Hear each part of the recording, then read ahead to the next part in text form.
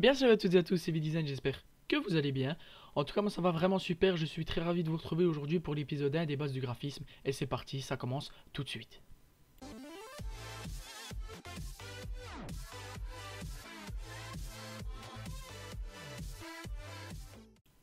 Alors avant toute chose, je vais vous présenter un petit peu l'objectif de cette série.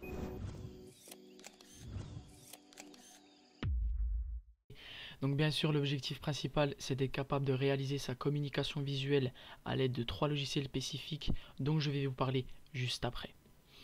Alors attention, grâce à cette série, vous allez pouvoir réaliser vos bannières, vos logos, vos overlays, vos maquettes maillots, vos maquettes manettes, des cartes de visite, des flyers, des affiches, etc. Là-dessus, il n'y a pas de souci, je vais essayer de vous en apprendre un maximum. Mais cela ne va pas vous permettre de travailler pour des grandes marques, bien évidemment. Car je vous dis ça pour la simple et bonne raison que j'ai déjà fait un rapide tour d'horizon sur les vidéos dédiées au graphisme, hein, pour la simple et bonne raison que j'avais pas du tout envie de plagiat les autres graphistes qui ont fait des vidéos à ce sujet. Et j'ai un peu checké les commentaires et j'ai vu sur certaines vidéos, donc je ne vais pas citer, que certaines personnes posaient la question, la fameuse question. Alors, est-ce qu'avec ces tutos, je pourrais travailler pour de grandes marques, etc., etc. Je pourrais devenir auto-entrepreneur, etc. Alors, mon avis à moi, car on partage pas tous le même avis, bien évidemment, mon avis à moi, c'est que pour se lancer vraiment dans le graphisme professionnellement parlant, donc lancer sa boîte, devenir auto-entrepreneur, etc., va falloir apprendre le graphisme au sein d'une école. Donc moi-même, je suis au sein d'une école de graphisme spécialisée dans les métiers du web, tout simplement. Et je ne pense pas que j'aurais pu apprendre le graphisme dans son intégralité au sein de YouTube, tout simplement. Il y a énormément de tutoriels disponibles, bien évidemment, vous pouvez apprendre énormément de choses là-dessus, il n'y a vraiment pas de souci. Mais je pense que ce sera pas suffisant pour se lancer en tant qu'auto-entrepreneur ou travailler pour de grandes marques, etc. Après, ça reste mon avis, on n'a pas tous le même avis, mais quand vous regardez bien, si vous tapez tuto InDesign ou tuto Illustrator sur YouTube, vous en avez, mais malheureusement, il y en a très très peu par rapport à Photoshop. Alors voilà, donc si vous êtes là si vous êtes là et que vous avez l'objectif de travailler pour de grandes marques, de devenir un très très bon graphiste, de vous lancer en auto-entrepreneur, je vous invite à vraiment quitter la vidéo, à vous inscrire au sein d'une école du graphisme. Alors vous avez des formations à distance disponibles, donc moi c'est ce que je fais personnellement. Vous avez des formations à distance, vous pouvez vous renseigner sur internet, des formations professionnelles avec un diplôme à la clé, bien sûr, un diplôme reconnu ou non par l'État, mais vous avez quand même un papier qui stipule comme quoi vous avez bien suivi une formation de graphiste qui en général dure à peu près 3 ans. Moi j'ai un contrat d'enseignement de 3 ans, je peux finir ma formation avant, etc. Mais grâce à cette formation, moi je pourrais me lancer en auto-entrepreneur, travailler au sein d'une entreprise, d'un studio de communication, etc. Donc voilà, j'ai un peu posé les bases, enfin je vous ai un peu mis en garde directement, voilà, pour pas que vous fassiez directement de fausses idées, etc. Ça me tenait particulièrement à cœur, alors faites attention aux fausses idées.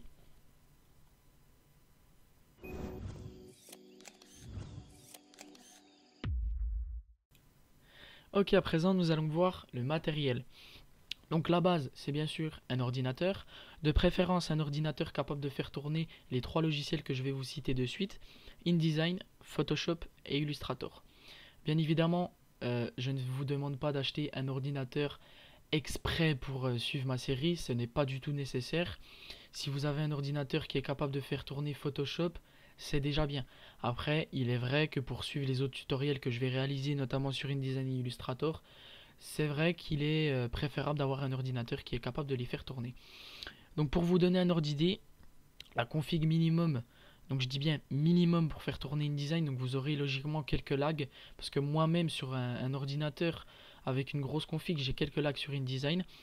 Donc la config minimum pour InDesign disponible sur le site Adobe, hein, je l'ai pris directement de là-bas. Il faut au minimum un processeur Intel Pentium 4 ou AMD Athlon 64, Athlon ou Athlon, je ne sais pas comment ça se dit, 2 Go de RAM. Alors bien évidemment, 2 Go de RAM, c'est vraiment le strict minimum. Moi, je vous conseille 8 et Adobe vous conseille 8 également. Donc après, ça, c'est tout ce qu'il y avait sur le site Adobe, moi je vous conseille un disque dur de 1 Tera. C'est la, c'est pour moi le minimum. Pour moi, après tout dépend de ce que vous voulez faire. Mais il est vrai qu'une création, ça fait quelques émos. Mais une création plus une création plus une création, ça va vite à quelques gigas. Donc je vous conseille d'avoir un disque dur assez volumineux, comme ça vous êtes tranquille dès le départ. Alors 1 Tera, un disque dur 1 Tera, si je prends le mien, je l'ai payé aux alentours de 60 euros. Donc ça vaut pas énormément cher. C'est un coût, mais au moins vous êtes tranquille dès le départ au lieu d'acheter un disque dur dans votre ordinateur, plus un disque dur externe, plus une dizaine de clés USB. Non, moi je vous conseille directement d'acheter un disque dur. Après, il est vrai qu'un disque dur externe, c'est très très utile. Moi-même, je vais en acheter un, je l'ai toujours pas fait, ça fait au moins 2 mois que je le fais, mais c'est pour moi c'est obligatoire pour sauvegarder vos dossiers importants, car on n'est jamais à l'abri d'un incident sur un ordinateur, ça reste quand même une machine. Voilà, on n'est jamais à l'abri d'un incident, pardon. Donc ensuite, je vous conseille un bon écran, donc avec une bonne résolution. Moi personnellement, j'ai un double screen. Alors ça, c'est facultatif, hein, bien évidemment. Moi, j'ai pris double screen pour le confort, tout simplement. Vous pouvez avoir un bon écran. Donc moi, je vais vous mettre la référence de mes écrans dans la description. Je vous mettrai ma config également. Tout ce qu'il faut, tout ce que je vous cite dans la vidéo sera dans la description, il n'y a aucun problème. Donc moi j'ai deux écrans Samsung, je ne sais pas la référence exacte. Je sais que c'est des 21,5 pouces me semble-t-il. Concernant la résolution, je m'en rappelle même plus, honnêtement. Après, il est vrai qu'il faut une bonne résolution parce que le graphisme, devenir graphiste, c'est un travail de précision, il faut être minutieux. Donc, qui dit minutieux dit avoir un bon écran pour voir quelques défauts, etc. pour fournir un travail de qualité. Donc, ensuite, la question qui se pose le plus souvent, c'est la question Mac ou Windows. Alors, je vais pas faire un débat là-dessus et j'ai pas envie qu'il y ait de débat dans les commentaires non plus. Je vais vous donner mon avis personnel. Après, il est vrai que vous pouvez donner le vôtre dans les commentaires, je vous en empêche pas, il n'y a pas de souci. Mais pour moi, Mac ou Windows, il y a vraiment ça, c'est vraiment question de goût en fait. Ça, c'est vous qui voyez en fait. C'est pas parce que vous avez un Mac que vous allez travailler, vous allez fournir un meilleur travail qu'un graphiste qui travaille sur Windows en fait. Que vous ayez Mac ou Windows, le logiciel c'est le même. Tout simplement, j'ai juste ça à vous dire. C'est InDesign sur Windows et c'est le même que InDesign sur Mac. Tout simplement. Après, on voit beaucoup de graphistes avec un Mac, beaucoup de photographes avec un Mac, beaucoup de journalistes avec un Mac. C'est vrai, mais après, ça, c'est vraiment question de goût, tout simplement. Après, on peut se dire que oui, parce que Mac, c'est ci, c'est ça. C'est vrai qu'un Mac, c'est de la bonne qualité. Moi, j'en ai pas personnellement, hein, j'ai pas de Mac. Je compte m'en acheter un, par contre, un portable, parce que moi, j'ai un portable Windows qui est pas vraiment vieux, mais qui n'est pas capable de faire tourner la suite Adobe, tout simplement. Donc moi, j'ai le projet de m'acheter un MacBook Pro, mais en PC fixe, j'aurais pas pu passer sur un iMac, tout simplement. Au début, je voulais, mais après, je me suis dit, bon, voilà, Windows, etc., etc. Je me suis fait une raison, je vais pas vous faire un speech là-dessus, mais après, c'est vraiment question de goût, tout simplement. Ensuite, pour finir sur le matériel obligatoire, hein, je dirais, c'est un clavier souris tout simplement. Donc, vous n'êtes pas obligé de prendre un clavier Rocat à 200 euros, une souris Razer à je sais pas combien là. Moi, j'ai un clavier à 40 euros et une souris à 15 euros et ça va très très bien. J'ai pas à m'en plaindre, tout simplement. Après, c'est vrai que un bon clavier, un beau clavier, esthétiquement parlant, ça fait toujours plaisir. Mais bon, voilà. Ensuite, pour le matériel facultatif, la tablette graphique. Donc la tablette graphique, c'est facultatif, mais qui peut devenir obligatoire au final. Donc c'est facultatif, oui et non. Je ne savais pas dans quelle catégorie le mettre, donc je dirais que c'est entre les deux. Donc je vous mettrai quelques liens de tablette graphique dans la description. Il y en a plusieurs sortes. Donc la marque principale chez laquelle je vous conseille d'aller, c'est Wacom. C'est vraiment la base. Tous les graphistes vous diront que Wacom, c'est la base. Pour la simple et bonne raison que leur matos, c'est de la bombe atomique. Et puis, ils ont fait des tablettes graphiques. Ça va de 50 euros à 2000 euros la tablette graphique, tout simplement. Donc, c'est vraiment dans plusieurs gammes de prix pour tous. C'est accessible à partir, je vous dis, de 60 euros si vous vous débrouillez bien. 80 sur le site officiel. Donc, c'est la Wacom Intuos Manga, il me semble. Donc après, vous avez des tablettes graphiques avec un écran intégré. Donc ça, c'est les Wacom Cintiq que vous pouvez choper à partir de 800 euros, me semble-t-il. Donc ça, c'est vraiment les tablettes graphiques confort. C'est travail de précision à mort. Après, moi, j'ai essayé une tablette graphique. C'est vrai que j'ai eu un petit peu de mal. Donc c'était la Intuos Medium que j'ai essayé. Intuos Pro Medium, me semble-t-il. Et c'est vrai que c'est un peu compliqué de ne pas avoir d'écran sur la tablette, tout simplement de dessiner avec le stylet en regardant l'écran de son ordinateur. C'est assez. Faut s'y habituer, ça demande un temps d'adaptation tout simplement. Donc je vous mettrai plusieurs tablettes graphiques dans la description. Ensuite, une bonne imprimante. Donc ça, pareil, c'est facultatif. Si vous voulez faire des créations destinées uniquement au web, votre imprimante, elle vous servira à que dalle. C'est vraiment si vous voulez imprimer donc des affiches, etc. pour mettre dans un petit book. Tout simplement, l'imprimante pour imprimer également les mises en page que vous avez réalisées sur InDesign. Parce qu'après, bon, une imprimante pour imprimer des affiches, il va falloir une imprimante vraiment haut de gamme, laser, etc. Mais une imprimante jet d'encre, vous pourrez imprimer facilement vos mises en page réalisées sur InDesign, etc. Moi, je sais que mes mises en page que j'ai vraiment bien aimées, je les imprime, je les mets dans mon book et on n'en parle plus. Et je les garde également sur Internet. Donc voilà, l'imprimante facultatif. Alors un bon appareil photo, pareil facultatif. Pourquoi un appareil photo? Vous allez me dire ouais on n'est pas photographe, etc.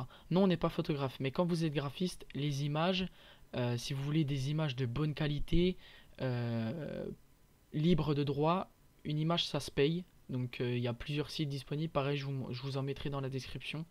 Une image, ça se paye tout simplement. Les images que vous trouverez sur Google, etc.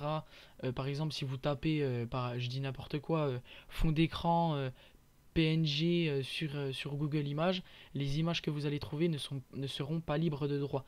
Donc vous pouvez être un petit peu embêté lorsque vous publiez votre création. Après c'est rare, hein, mais voilà, si vous prenez une image comme ça, vous pouvez être embêté.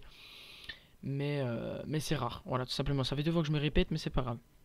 Alors, un bon appareil photo, donc je vais en revenir, pour tout simplement prendre vos photos à vous. Donc, il y a le Canon 600D, hein, c'est la base. C'est un appareil photo c'est de la bombe, tout simplement. Et voilà, donc c'est celui que je compte m'acheter. Pour prendre des images pour mettre en fond, faire mes propres fonds d'écran, etc. Vraiment se créer sa banque d'images à soi. Donc ensuite, la dernière option, c'est une option, c'est le double screen. Donc ça, pareil, c'est facultatif, c'est vraiment question de confort. Moi, j'ai un double screen, je ne pourrais même plus m'en passer, honnêtement.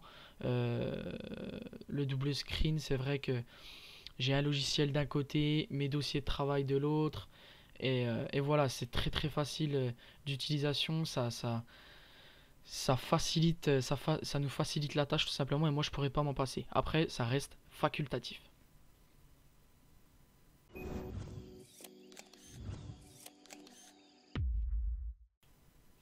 Après avoir parlé du matériel, nous allons parler des logiciels. Donc les 3 principaux logiciels, je vous en ai parlé juste avant, c'est InDesign, donc conçu pour la mise en page, Illustrator pour le dessin vectoriel et Photoshop pour la retouche numérique. Donc, euh, Illustrator pour le dessin vectoriel, c'est vraiment pour le dessin vectoriel, mais il est vrai que vous pouvez faire des choses avec Photoshop qui normalement on devrait faire sur Illustrator. Par exemple, un overlay, les formes que l'on fait sur les formes de l'overlay, donc les petits rectangles et tout qu'on a au-dessus, normalement on devrait le faire avec Illustrator. Moi-même je le fais avec Photoshop. Pour la simple et bonne raison que voilà, c'est un overlay, c'est pour internet, c'est pas pour imprimer, etc. Donc on verra pas forcément la différence. Après, Illustrator, c'est vraiment pour le dessin vectoriel. Tout simplement, Photoshop, la retouche numérique, et InDesign, la mise en page. Donc la mise en page, c'est tout ce qui est article de magazine, de journaux, une affiche, etc. Pour la mise en page des textes, en gros. Donc ça, pareil, si je fais un flyer, en général, le texte, je le fais sur Photoshop. Après, il est vrai que certains flyers, des flyers entiers, je les fais sur InDesign, parce que voilà, c'est beaucoup plus c'est beaucoup plus pratique, c'est adapté et c'est de meilleure qualité. Donc moi je vais vous présenter beaucoup plus de tutoriels sur Photoshop que sur InDesign et Illustrator. Voilà, tout simplement. Donc comment se procurer les logiciels? Alors moi je me les suis procurés en, en souscrivant à l'abonnement au Creative Cloud, donc que j'ai avec mon école, donc j'ai des prix référentiels, hein, je l'ai à 19 euros par mois au lieu de 60, mais j'ai tous les logiciels de la suite Adobe. Donc vous avez plusieurs formules, par exemple si vous voulez uniquement Photoshop, vous avez une formule, il me semble, après vous avez plusieurs formules et je pense que il y a moyen de s'arranger avec eux par mail ou par téléphone ou je ne sais pas, je sais pas si c'est possible, mais je pense quand même de se faire une petite formule. Vous pourrez bien évidemment vous les procurer illégalement. Donc je ne vous ferai pas de tuto là-dessus pour la simple et bonne raison que ça m'intéresse pas. Il y en a beaucoup plus, il y en a beaucoup de disponibles sur internet. Après c'est vrai que InDesign et Illustrator, il est quasiment impossible à craquer. Pour Adobe, vraiment le seul qui est possible à craquer c'est Photoshop, After Effects, etc., etc. Mais InDesign et Photoshop et Illustrator, je vous souhaite bon courage pour le craquer. Et moi je vous dis c'est quasiment impossible. Voilà, voilà, c'est tout pour les logiciels. Ensuite, on va passer à la culture graphique.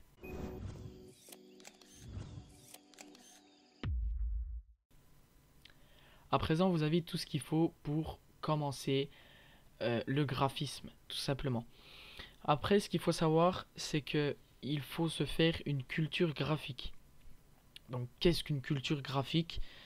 C'est une culture générale dans le monde du graphisme, tout simplement.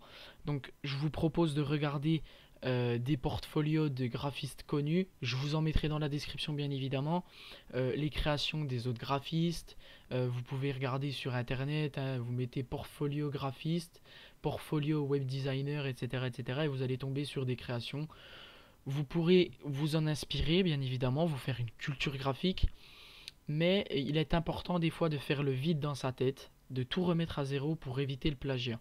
Parce que le plagiat, c'est quelque chose qui est très présent dans le monde du graphisme. Et c'est pas comme ça que vous allez vous démarquer du lot, tout simplement.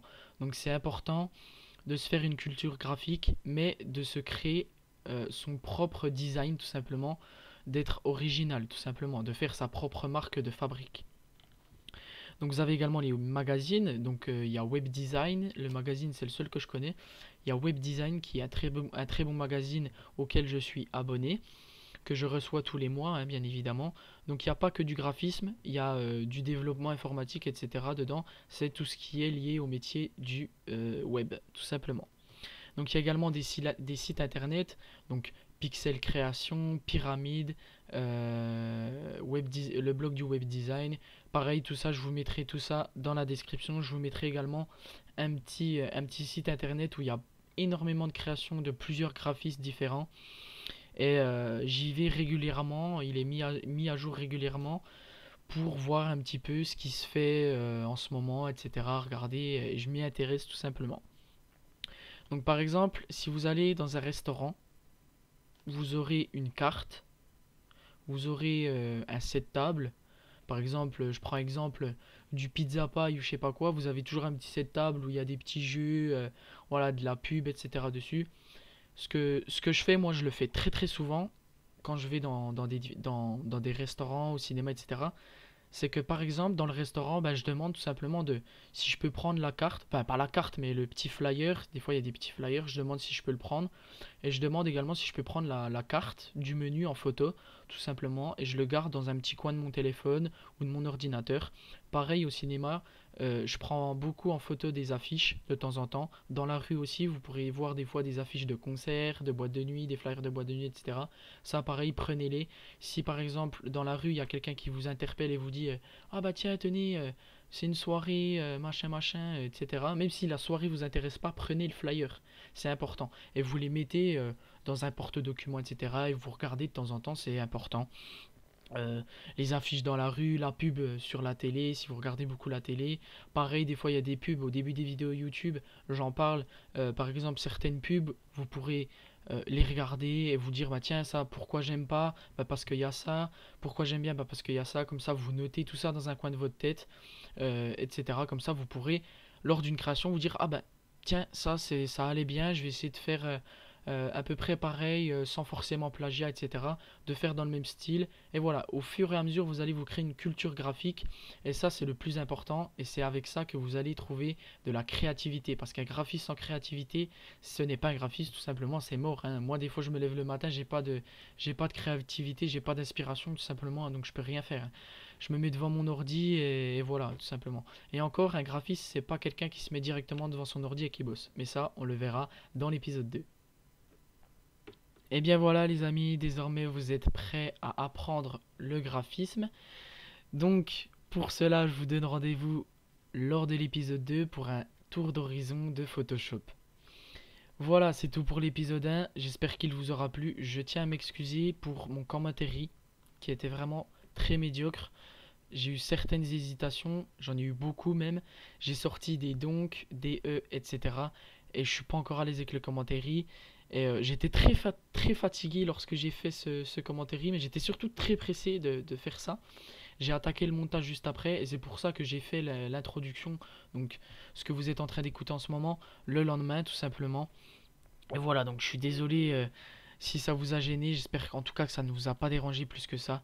Et puis voilà, c'est déjà la fin de l'épisode 1, n'hésitez pas à laisser un petit like si ça vous a plu.